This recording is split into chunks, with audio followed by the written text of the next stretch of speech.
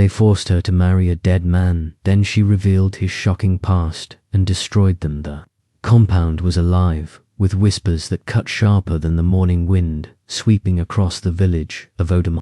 Adaze stood at the threshold of the main house, her wrapper clinging to her trembling frame, as women she had known her entire life avoided her gaze. The red clay beneath her bare feet felt cold, unforgiving, matching the chill that had settled in her chest 3 days ago when Chukwuadi's body was discovered in the river. Now, they expected her to marry him again, to marry a corpse.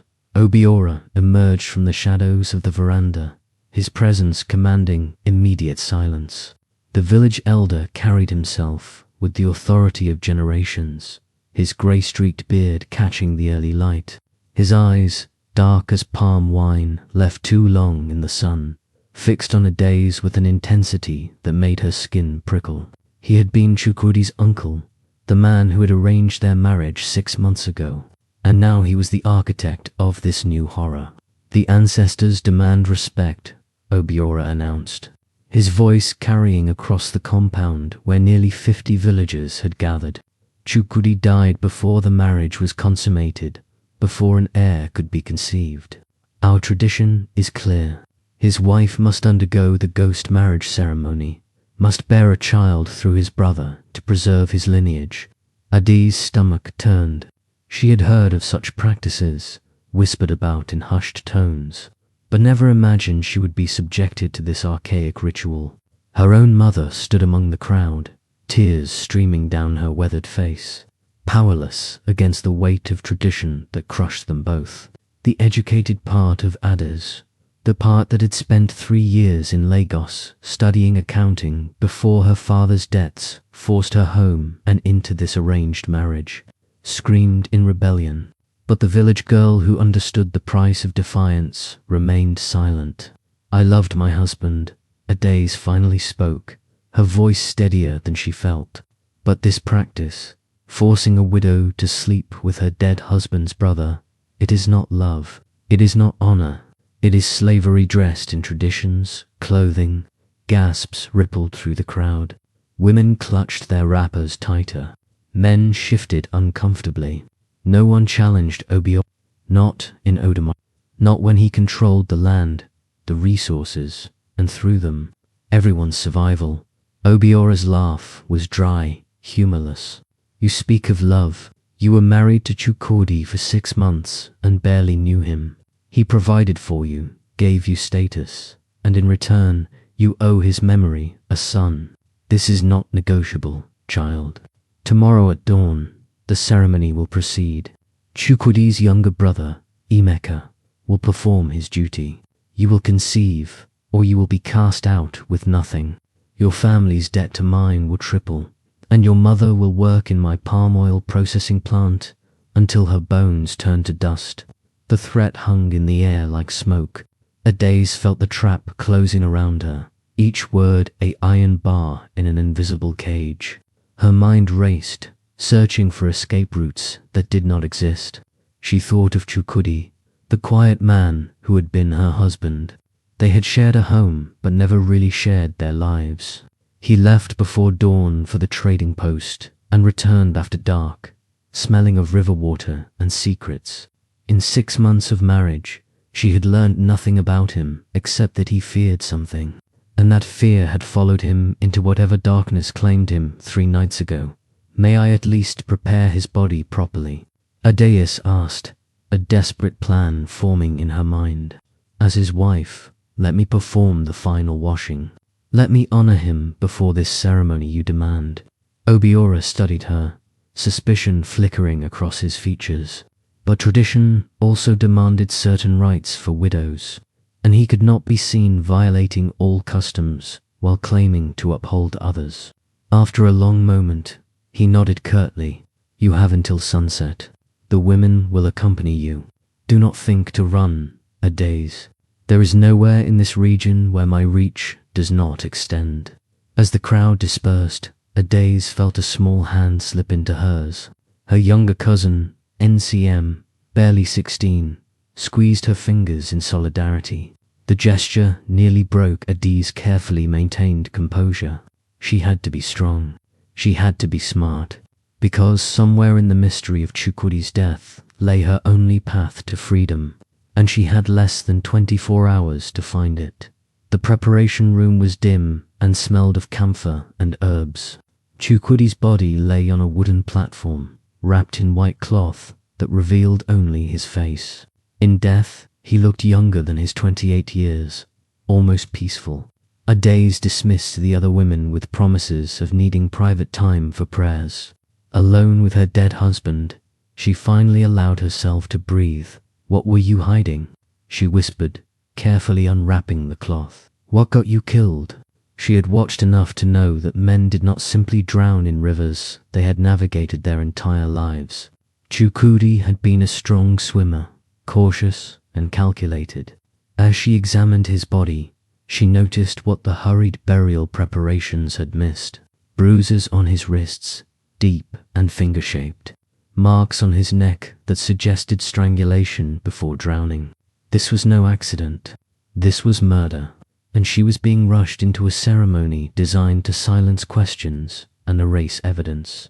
Her hands moved quickly, searching through the personal effects that had been placed beside him for the journey to the ancestors. A leather pouch containing cowrie shells, a small knife with an intricately carved handle, and tucked into the inner fold of his funeral wrapper, a folded piece of paper, yellowed and worn from repeated handling. Adi's fingers trembled as she unfolded it. The handwriting was Chukwudi's. She recognized it from the few notes he had left her about household matters. But these words were different. These words were a confession, a ledger of crimes, and a list of names that made her blood run cold. Obiora's name appeared again and again, linked to words like smuggling, trafficking, and disappeared girls. Chukwudi had been keeping records, documenting his uncle's criminal enterprise, and somehow Obiora had discovered it. Chukwudi, Adaze breathed, understanding flooding through her. "You were trying to be brave. You were trying to stop him." The door creaked. Adaze quickly tucked the paper into her wrapper, her heart hammering against her ribs. Anseem slipped inside, her young face tight with fear and determination. "They are coming to check on you soon," she whispered urgently. "And Adaze, everyone knows this ghost marriage is wrong, but no one will speak against Obiora. What will you do?" Adaze looked at her cousin, then at the body of the man who had tried to fight evil and paid with his life. She thought of all the girls whose names appeared in that ledger, daughters of the village who had supposedly gone to the city for work and never returned.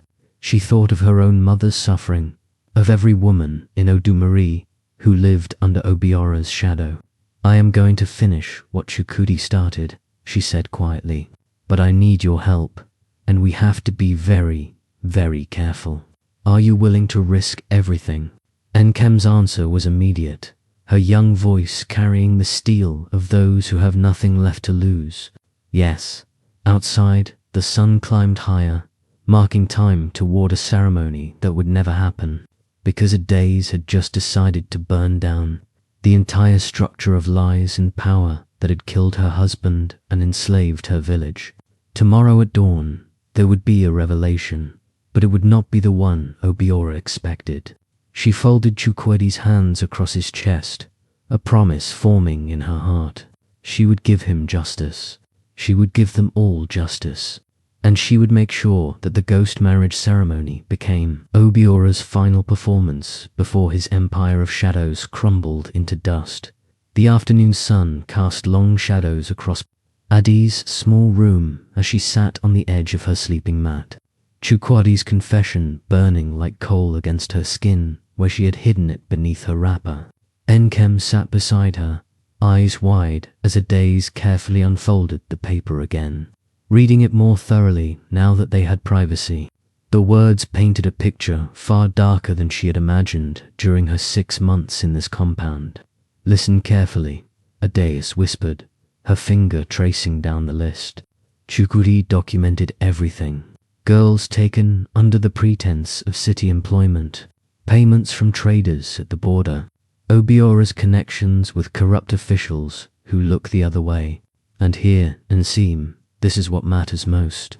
He mentions a lockbox hidden in Obiora's study, containing contracts, photographs, and evidence that could put Obiora in prison for decades. And Nkem's hand flew to her mouth. My sister, Kioma. She disappeared 2 years ago. They said she went to Lagos for housekeeping work, but we never heard from her again. Mama still cries every night. Kioma's name is here. Adaze confirmed, gently, pointing to an entry dated 18 months prior, along with 12 others from surrounding villages. Chukwudi tracked where they were really sent. A smuggling network operating through the Delta, selling girls to homes across West Africa, some even further. The money flows back to Obiora, and he uses it to buy more land, more influence, more control.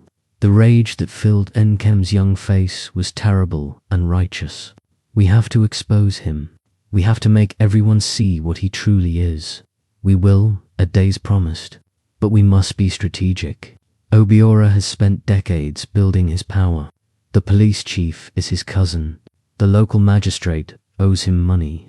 Even the traditional council fears him because he knows their secrets too. If we move carelessly, this evidence disappears. We disappear, and nothing changes. A knock at the door made them both freeze. Adaze quickly tucked the paper away as her mother entered, carrying a tray of food neither of them had appetite for. Mama Addie's face was drawn with worry, aged beyond her 43 years by hardship and grief. She set the tray down and sat heavily beside her daughter. You must eat, she urged quietly. Keep your strength. Tomorrow will be difficult, but it will pass. Many women have endured worse. You will survive this. Mama, I cannot do this, Adaze said firmly, taking her mother's weathered hands in hers. I cannot let them use my body like a vessel for their twisted traditions. More than that, I cannot stay silent about what is happening in this village. Girls are disappearing, Mama Chukwudi knew, and they killed him for it. Her mother's eyes widened in fear, then quickly narrowed in warning. Hush, child. You do not know what you are saying. Grief has confused your mind. I know exactly what I am saying. Addie's voice remained low but intense. Tell me, Mama, in your heart, do you truly believe Chukwudi drowned by accident? A man who swam in that river since he was 5 years old. The silence that followed was answer enough. Mama Addie's hands trembled and tears spilled down her cheeks. What can we do? We are nothing. We have nothing. Your father's debts bind us to Obiora's family. If you defy him, he will destroy us completely. I cannot lose you too. You will not lose me, Adaze insisted, though she could not truly promise this. But I need you to trust me. I need you to help me. Tonight, there will be a gathering of women for the pre-ceremony preparations. I need you to keep them distracted, keep their attention away from me and Nkem for just 1 hour. Can you do that? Mama Adaze looked between her daughter and her young niece, seeing determination in both faces that reminded her of her own youth before hardship had beaten it out of her.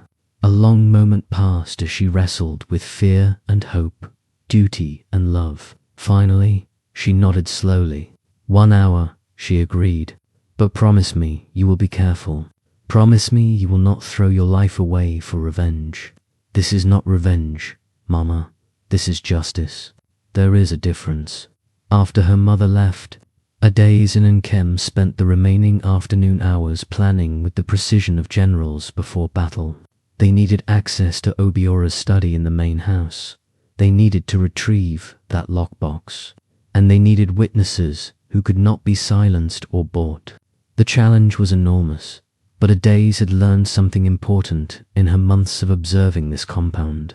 Every empire, no matter how powerful, has cracks in its foundation. Obiora's crack was his arrogance. He never imagined a mere woman, especially one as young and supposedly powerless as Adaze, could threaten him. As evening approached, the compound filled with activity. Women arrived from neighboring homes, bringing food and supplies for the traditional pre-ceremony gathering.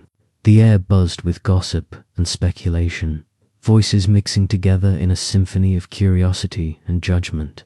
Adaze moved among them mechanically, accepting their hollow condolences and ignoring their assessing gazes.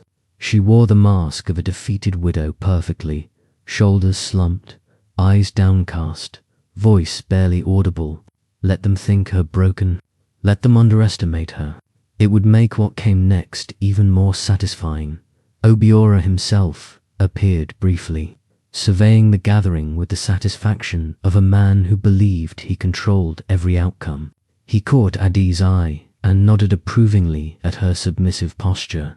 "Good," he said, loud enough for others to hear. "You are finally accepting your duty. Tomorrow, you will honor your husband's memory properly." Adaze bowed her head in seeming acceptance, but inside, her resolve hardened to diamond. This man had murdered Chukwudi. He had trafficked innocent girls. He had terrorized an entire community. And tomorrow, she would make sure everyone knew exactly what kind of monster wore the mask of a respected elder. As darkness fell and oil lamps were lit around the compound. The women gathered in the central courtyard for prayers and songs. Mama Adaze stood at the front, leading them in traditional hymns with a voice that trembled with emotion. She was magnificent in her distraction, holding every woman's attention with stories of marriages, past and wisdom that seemed profound but was carefully calibrated to by time. Adaze and Nkem slipped away in the shadows, moving with practiced silence toward the main house. The study was on the second floor, accessible through a back staircase that servants used. Adi's heart hammered so loudly she was certain it would give them away, but they reached the door without incident.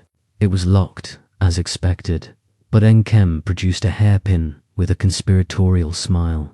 "My brother taught me before he left for university," she whispered, working the lock with surprising skill. "He said every girl should know how to open any door." The lock clicked. They slipped inside, closing the door softly behind them. Obiora's study was exactly what Adaze expected. Large, imposing, filled with symbols of wealth and power. Carved masks lined the walls. Expensive furniture imported from abroad filled the space, and behind the massive mahogany desk sat a safe, partially hidden by a decorative screen. Chukwudi's note mentioned the combination, Adaze said, pulling out the paper once more and scanning it by the light of her small torch. His father's birth date. Obiora is nothing if not predictable in his sentimentality toward his own family. Her fingers worked the dial carefully. Left, right, left again. The mechanism clicked and the safe door swung open. Inside, exactly as Chukwudi had documented, was a metal lockbox. Adaze pulled it out, her hands shaking now with adrenaline and hope. She opened it. Photographs spilled out. Documents covered in official stamps. Ledgers recording transactions that detailed exactly how much each girl had been sold for and where she had been sent. Bank account statements showing deposits and withdrawals in amounts that represented lives destroyed and futures stolen. The evidence was overwhelming, damning, irrefutable. "We have him," Nkem breathed. "This is everything we need." "Not quite everything," came a voice from the doorway. They spun to find Emeka, Chukwudi's younger brother, standing in the entrance. He was 25, quiet like his late brother had been, and his eyes held something Adaze could not quite read. Fear, guilt, determination. "Please," Adaze began, preparing to fight, to beg, to do whatever necessary to protect this evidence. But Emeka raised his hands in a gesture of peace. "I know what my uncle is," he said quietly, stepping into the room and closing the door behind him. "I have always known. Chukwudi tried to tell me months ago, tried to get me to help him. I was too afraid.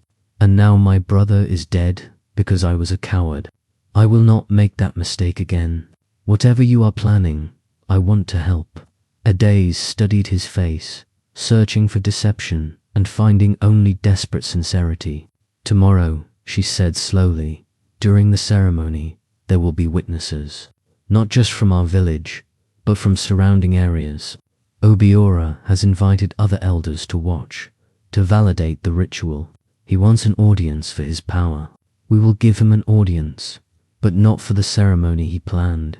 We will expose him in front of everyone, but I need to know I can trust you. You can, Emeka promised. Chukwudi was more than my brother. He was my best friend.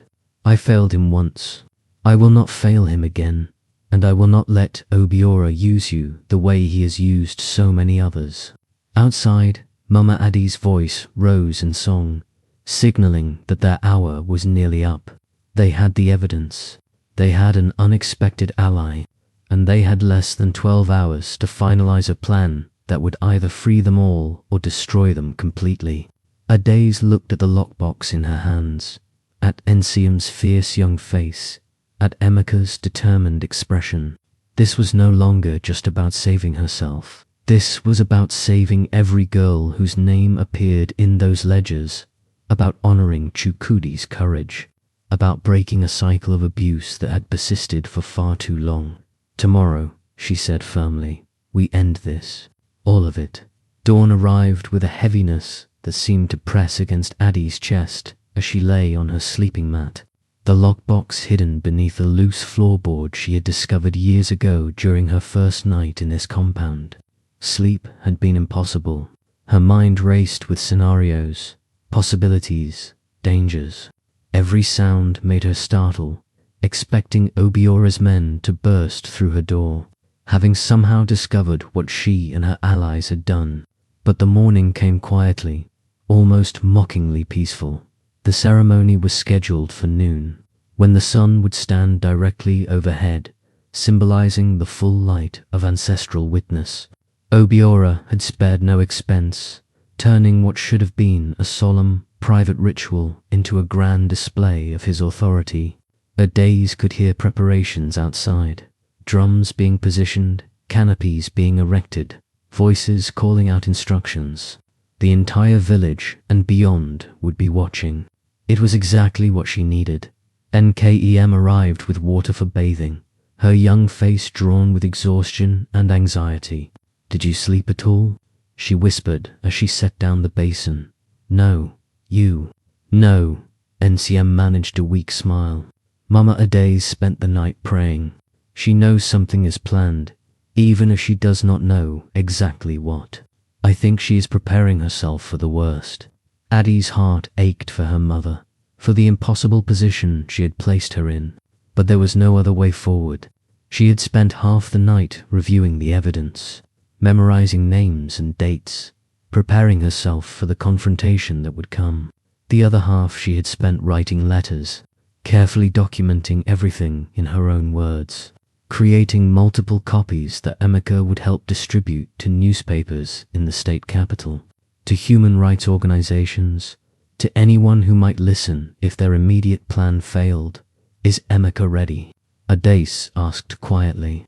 He has been moving through the compound since before dawn, positioning himself to help. He managed to invite a journalist from Port Harcourt, told him there would be an important traditional ceremony worth documenting. The man thinks he is coming to photograph cultural practices. He has no idea what he will actually witness. Good. The more independent witnesses, the better. Obiora may control local authorities, but once this becomes public knowledge, once people outside his sphere of influence know what he has done, there will be too much attention for him to simply make us disappear. A knock at the door interrupted them. Mama Adaze entered, carrying the ceremonial wrapper Adaze was expected to wear.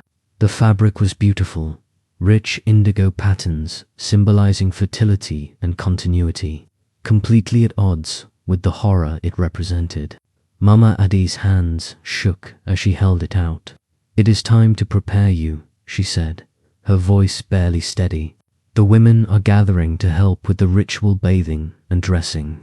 Adaze took the wrapper, feeling its weight, both literal and symbolic. Mama, I need you to know that I love you. Everything I am doing, Everything that is about to happen, I do it for you as much as for myself, for all the mothers who have lost daughters, for all the women who have been forced to accept the unacceptable." Tears streamed down Mama Addie's face. "I know, my daughter. I have always known you were special, that you would not bow easily to injustice. I am terrified, but I am also proud. Whatever happens today, remember that. The ritual preparation was an ordeal of its own. Women surrounded Ades, bathing her with herb-infused water, singing songs that spoke of duty and submission, painting symbols on her skin that were meant to invoke fertility and ancestral blessing. She endured it all with outward calm, playing her role as the obedient widow, while inside she counted minutes and reviewed her plan. Every woman touching her, every song being sung, every moment of this elaborate preparation was building toward a climax Obiora could not imagine. Through the window, she could see the gathering crowd. Elders from 5 villages had arrived, dressed in their finest ceremonial attire. The journalist Emeka had invited was setting up his camera equipment, looking fascinated by the spectacle. Local families stood in clusters, some faces showing genuine sympathy for Adi's plight, others displaying mere curiosity or even approval of the ancient practice being upheld. She searched the crowd and found Amika standing near the main house, meeting her eyes briefly with a nearly imperceptible nod. He was ready. Obiora himself appeared in full regalia, wearing the ceremonial robes of his position as High Elder. He looked magnificent and terrible, every inch the powerful patriarch who commanded respect through fear and tradition. He moved through the crowd, accepting greetings and deference, his satisfaction evident in every gesture. This was his moment of ultimate control, forcing his nephew's widow into submission while the entire region watched. It would cement his authority for years to come. He had no idea he was walking into his own destruction. At 1:45, Ades was led from her room to the ceremonial platform erected in the center of the compound. Every step felt surreal, as if she were watching herself from a distance. The drums began their steady rhythm. Women's voices rose in traditional chants. The lockbox was secured beneath her wrapper, pressed against her abdomen where none of the preparation women had thought to search. It was awkward and uncomfortable, but she could not risk leaving it behind. Obiora stepped forward, raising his hands for silence. The crowd settled immediately, hundreds of eyes turning to watch. "Today," he announced, his voice carrying across the compound, "we honor our ancestors by upholding the sacred traditions they entrusted to us. When a man dies before producing an heir, it is the duty of his widow and his brother to ensure his lineage continues. This is not cruelty. This is love. This is respect for those who came before us." Murmurs of agreement rippled through the crowd. Ades felt Engem's eyes on her from where she stood among the younger women, felt her mother's presence like a lifeline somewhere in the gathering. She drew a deep breath, preparing herself for the moment that would change everything. Amika was summoned forward. He approached slowly, his face a mask of reluctance that was not entirely performance. Despite his agreement to help, she knew this was agonizing for him. Standing before everyone as if he were willing to participate in this violation. Obiora placed one hand on Emeka's shoulder and reached for Ades with the other. "Before the ancestors and this community," Obiora continued, "I join this widow to her husband's brother for the sacred purpose of no." Adi's voice cut through his words like a blade. The drumming faltered. The crowd gasped. Obiora's face darkened with fury, but she pressed forward before he could speak. "I will not participate in this ceremony because it is not sacred. It is slavery, and I will not remain silent about the other crimes being committed in the name of tradition." The compound erupted in shocked murmurs. Obiora's hand tightened on her arm painfully, but Ades pulled away. Stepping to the edge of the platform where everyone could see her clearly, she reached beneath her wrapper and pulled out the lockbox. Holding it above her head, "Chukudi, my husband, did not drown by accident," she announced. her voice ringing clear despite the pounding of her heart. He was murdered because he discovered the truth about what Obiora has been doing. For years, this man you call elder, this man you respect and fear, has been trafficking girls from our villages, selling daughters under the pretense of city employment, growing rich on the destruction of families and the violation of innocence. Silence her, Obiora roared, lunging toward Adaze. But Amika stepped between them, his face set with determination. No, uncle, I will not let you silence another person who speaks truth. Chukwudi tried to tell me. I did not listen, and he died. I will not make that mistake again. Adaze opened the lockbox, pulling out photographs and documents, holding them up for the crowd to see. These are the records Chukwudi kept. Names, dates, amounts paid. Kioma from our village, Amara from the east, Njozi from the west. 12 girls over 3 years, all disappeared. All traced by my husband to trafficking networks operating through the Delta.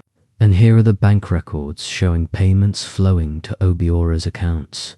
Here are the contracts with the traders who bought them. Here is the evidence that your respected elder is a criminal who deserves prison, not honor. The journalist's camera was flashing rapidly now, capturing every moment. The crowd pressed closer, some trying to see the evidence, others arguing loudly about whether this could possibly be true. Family members of disappeared girls began crying out, demanding to see the documents. The carefully orchestrated ceremony had dissolved into chaos. Obiora's face was a mask of rage. She lies. This is fabrication born of a widow's madness. She simply wants to avoid her duty, so she slanders my name with false accusations. Then explain the contracts. Adaze challenged, pulling out specific pages and reading names aloud. Explain the photographs showing these girls with traders at the border. Explain the ledgers in your own handwriting detailing prices and destinations. Explain how you can afford the wealth you display when your legitimate business barely turns profit according to public records. Mama Adaze pushed through the crowd, reaching the platform with several other mothers whose daughters had disappeared. My sister's child, she said, her voice breaking. Kioma, she was 16 when you sent her away. You promised she would have good work, that she would send money home. We never heard from her again. If what Adaze says is true, if you sold my niece like cattle, then you are no elder. You are a monster. The crowd's mood was shifting. Doubt was creeping into the faces that had moments ago shown respect for Obiora. The elders from other villages were conferring urgently among themselves.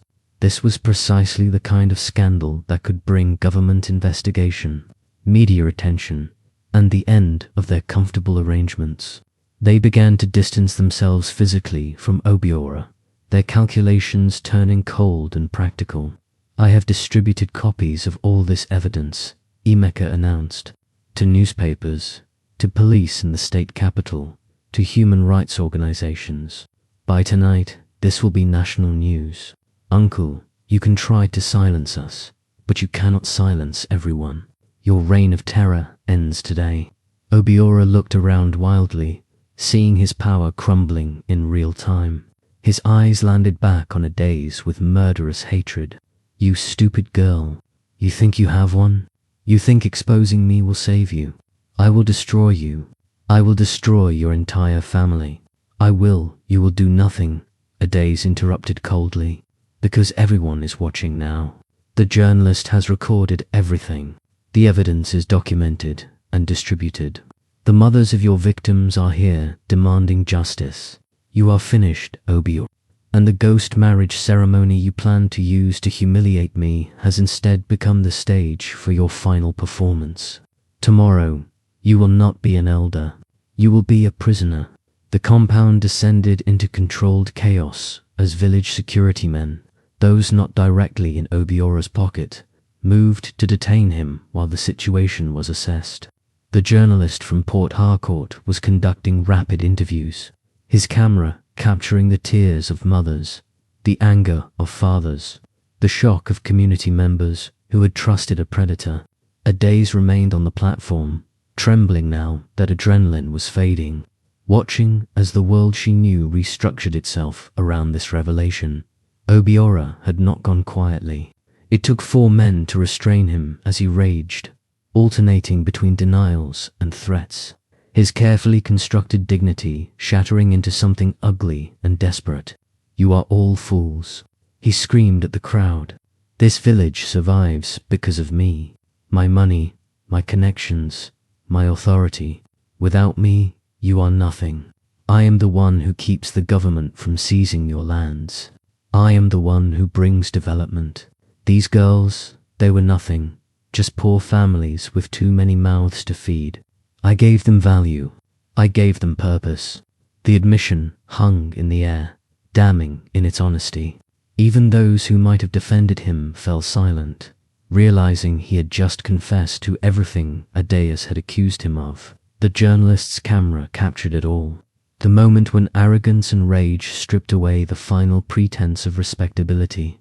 Mama Adaze climbed onto the platform and pulled her daughter into a fierce embrace.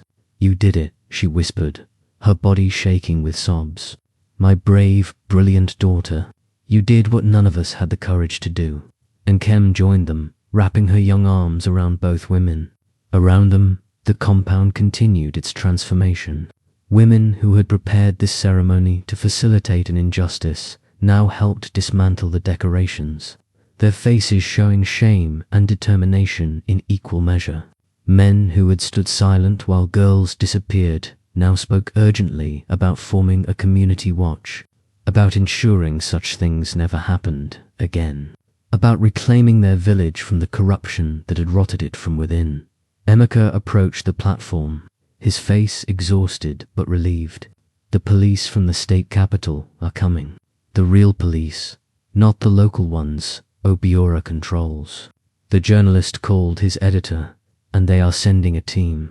By tomorrow morning, this will be headline news across the region. The families of the disappeared girls will finally have answers, hopefully justice, and should." Adaze asked quietly, "Will they investigate his murder properly now?" "They will.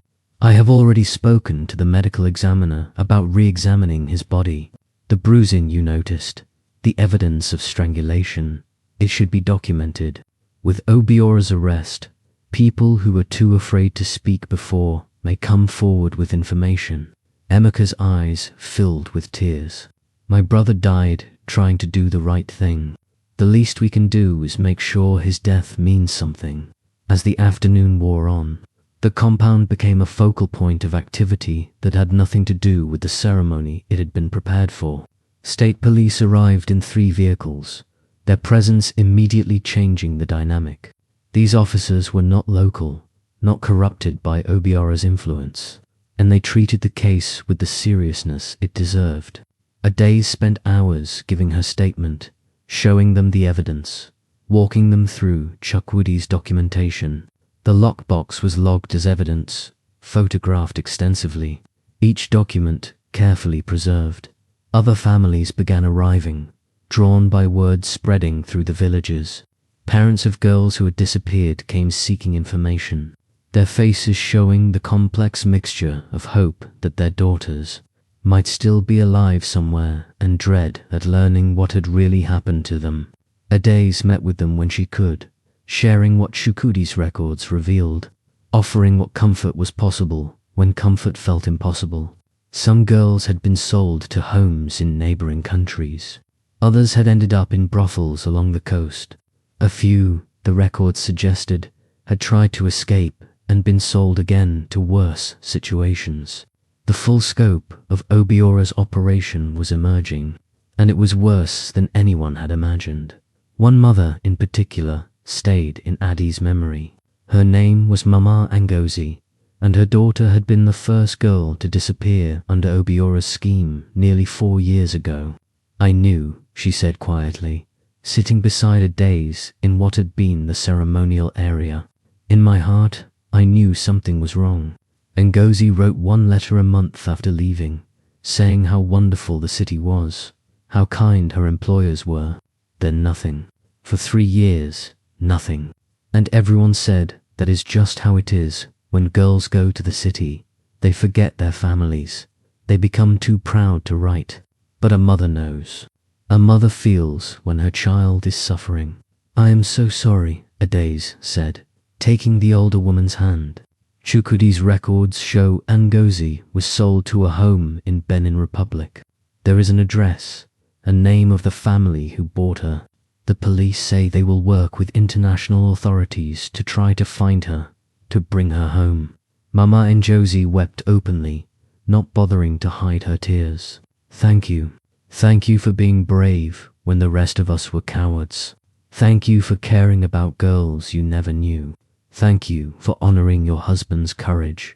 As evening fell, Adaze found herself alone for the first time since the morning's dramatic confrontation. She walked to the edge of the compound where Chukwudi's grave had been prepared. A simple mound of earth marked with a wooden cross.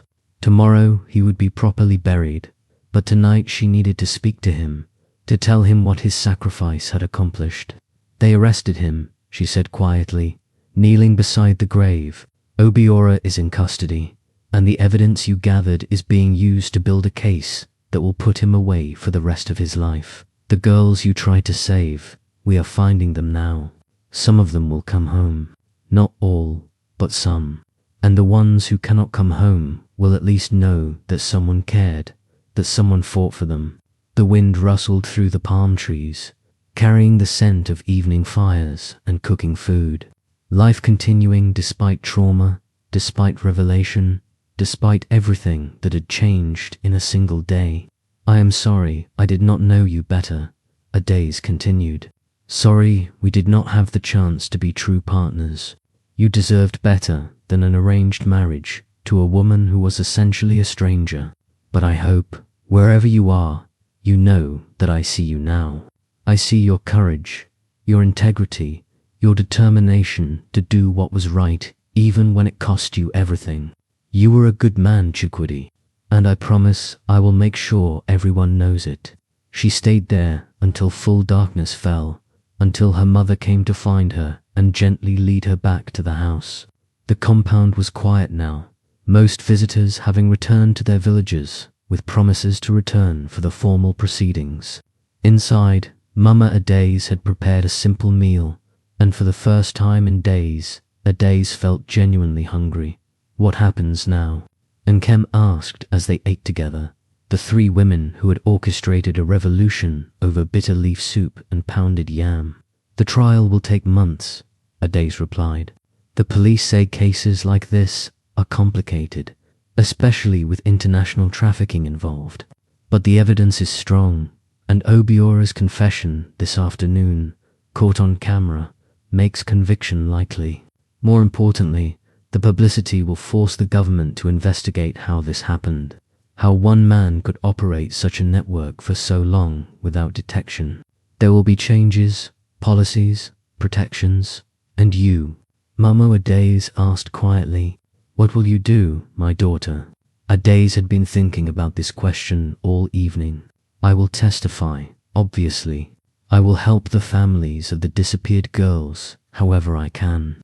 But beyond that, I have been thinking about Chukwudi's courage, about how he tried to document and expose evil despite having no training, no support, no resources. What if there was an organization that helped people like him, that trained young people to recognize and report trafficking, that supported victims, that worked with communities to prevent these things from happening? You want to start an organization? Nkem's eyes lit up with excitement. Can I help? I am young, but I can learn. I want to do something important, something that matters. We would do it together, Adaze said, feeling hope kindle in her chest for the first time since this nightmare began. Use what we learned, painful as it was, to help others. Chukwudi's death cannot be meaningless. Those girls' suffering cannot be for nothing. We turn this tragedy into something that protects future daughters, future sisters, future wives. Mama Adaze reached across the table to take both their hands. Your father would have been proud, she said softly. He made mistakes, yes, His debts bound us to Obiora's family in ways that brought much suffering. But he always said you had fire in you, Adaze, intelligence and fire. He would be proud to see what you have done with both. They sat together in the lamplight. 3 generations of women who had learned the hard way that silence enables evil and that courage, however terrifying, was the only path to freedom. Outside, the compound settled into night. Tomorrow would bring more challenges, more testimonies, more painful revelations. But tonight, they had won something precious. They had reclaimed their voices, their agency, their right to say no to injustice, dressed as tradition. Later, lying on her sleeping mat, Adaze thought about the ghost marriage that had not happened, about the ceremony that had transformed into something entirely different. In a way, she reflected, she had married Chukwudi today, after all. Not in the way Obiora had planned, but in a deeper sense. She had bound herself to his cause, committed herself to completing the work he had started, promised to honor his memory through action rather than empty ritual. It was a better marriage than any ceremony could have created, built on shared values and mutual respect rather than obligation and force. Sleep came finally, bringing dreams not of fear but of possibility. She dreamed of girls returning home, of communities healing, of a future where no young woman would be forced to choose between submission and survival. And somewhere in those dreams, she felt Chukwudi's presence, not as a ghost demanding tribute, but as a partner acknowledging her courage and celebrating the justice they had achieved together. The morning Kioma and the other rescued girls returned to Odamori. The entire village turned out to welcome them. But this was not the chaotic, overwhelming reception Adaze had feared. Instead, following the Foundation's guidance, it was a carefully planned gathering that centered the survivors' needs and comfort. Families reunited privately first, then a brief community ceremony focused on welcome and support rather than questions or demands for stories. Adaze watched as Nkem ran to her sister, 16-year-old, reuniting with 19-year-old after 3 years of separation. Their embrace was long and tearful, Mama Adaze joining them to form a circle of healing that excluded the watching world. Across the compound, similar scenes played out as mothers held daughters. Fathers wept openly, siblings rediscovered each other. The ceremony was brief and dignified. Adaze spoke, her words carefully chosen to set the tone for the community's response. These young women are survivors, not victims. They endured what none of us can fully imagine, and they survived it through courage and resilience.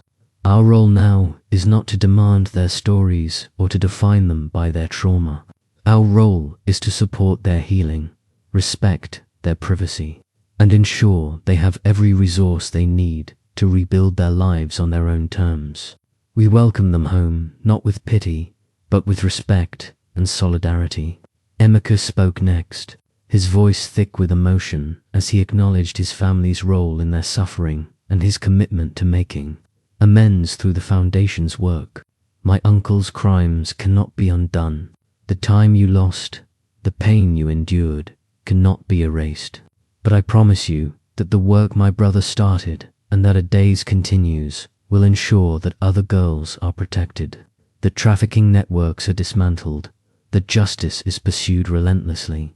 Your suffering will not be meaningless if we learn from it and use our knowledge to protect others.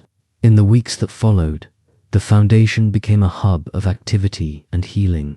The counselors they had hired worked with the returned girls individually and in groups. Some girls needed medical treatment for injuries sustained during their captivity. All needed time and space to process their experiences. The Foundation provided stipends so families would not pressure the girls to immediately find work or marry. They organized skills training so the survivors could eventually pursue careers of their choosing. And most importantly, they created a safe space where the girls could support each other, sharing their experiences with people who truly understood. Kioma became particularly close with Ade, seeing in her a model of how trauma could be transformed into purpose. "I want to work with the foundation," she announced one afternoon during a counseling session. "Not right away, I am not ready yet. But someday, when I have healed enough, I want to help other girls the way you helped me. I want to make sure no one else endures what we did." "You will," Ades assured her. "When you are ready, there will be a place for you here. Your experience, your perspective, your survival, they are all valuable. But first, focus on healing. The work will wait." 6 months after Obiora's conviction, the foundation organized its first major awareness campaign. They had secured funding from international donors, impressed by their grassroots approach and documented successes. Amika had designed training materials on recognizing trafficking red flags. Enkim had created a network of young people across the region who served as informal monitors and educators. Mama Ades led parent workshops on how to protect children while still allowing them to pursue legitimate opportunities.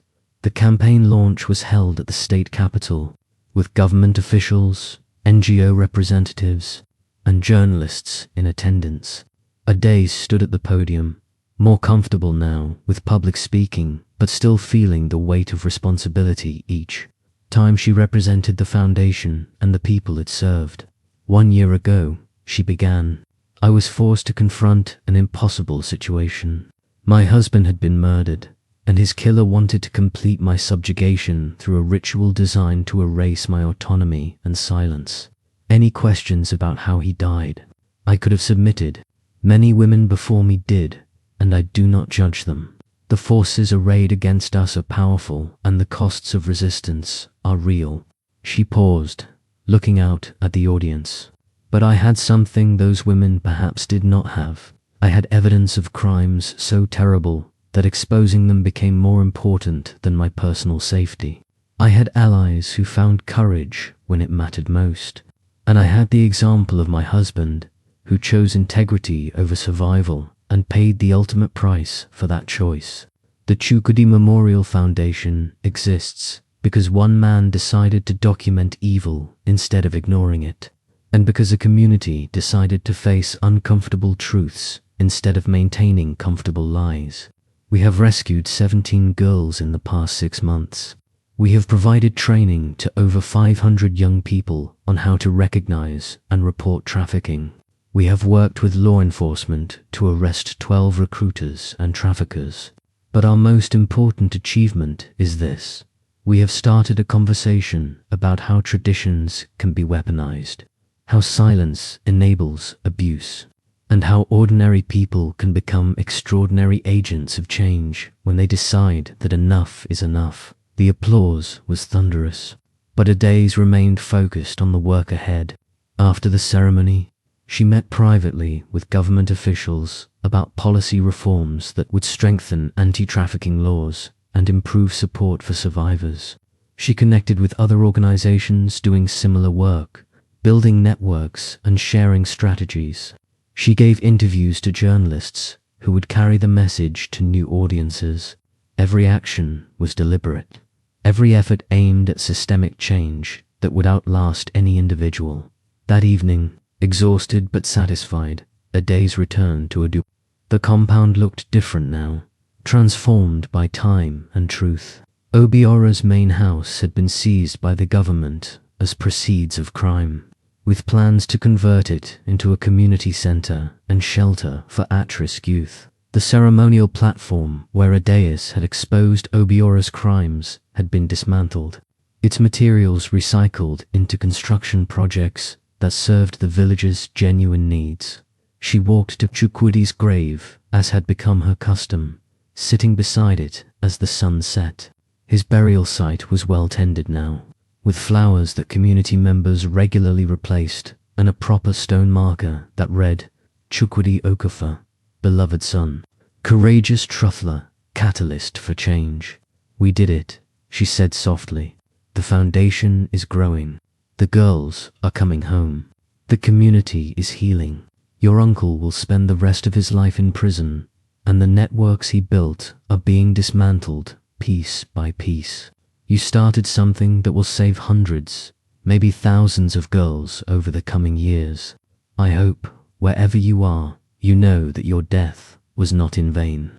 The wind rustled through the trees, carrying the scent of evening cooking fires and the sound of children playing.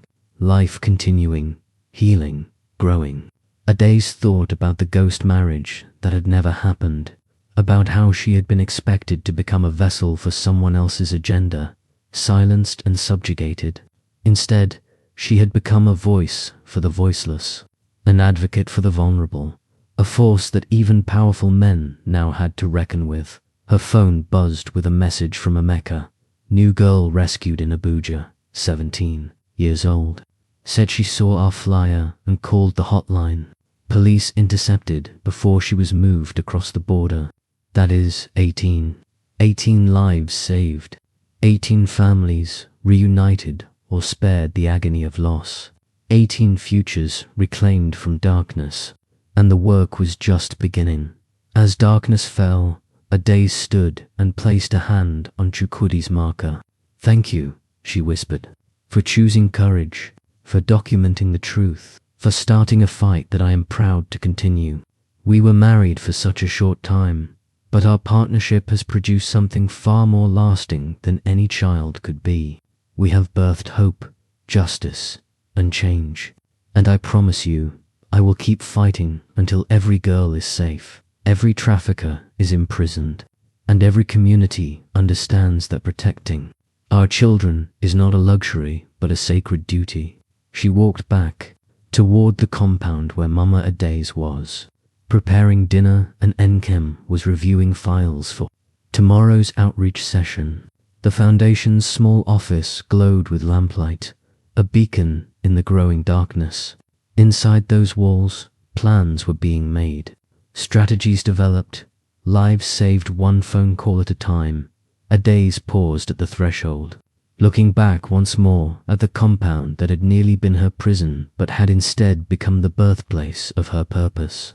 She thought about all the women throughout history who had been forced into impossible situations, who had submitted or been destroyed by forces they could not fight. And she thought about the ones, the rare and remarkable ones, who had found the courage to resist, to speak truth, to burn down the structures of oppression, even when doing so risked everything. I am one of them now, she realized. Not because I chose to be, but because circumstances demanded it, and I refused to look away. She stepped inside, closing the door on the past and opening herself to a future full of hard work, ongoing challenges, and the deep satisfaction of knowing that every day brought new opportunities to honor Chukwidi's legacy and protect the next, a generation of girls from the horrors she had helped expose.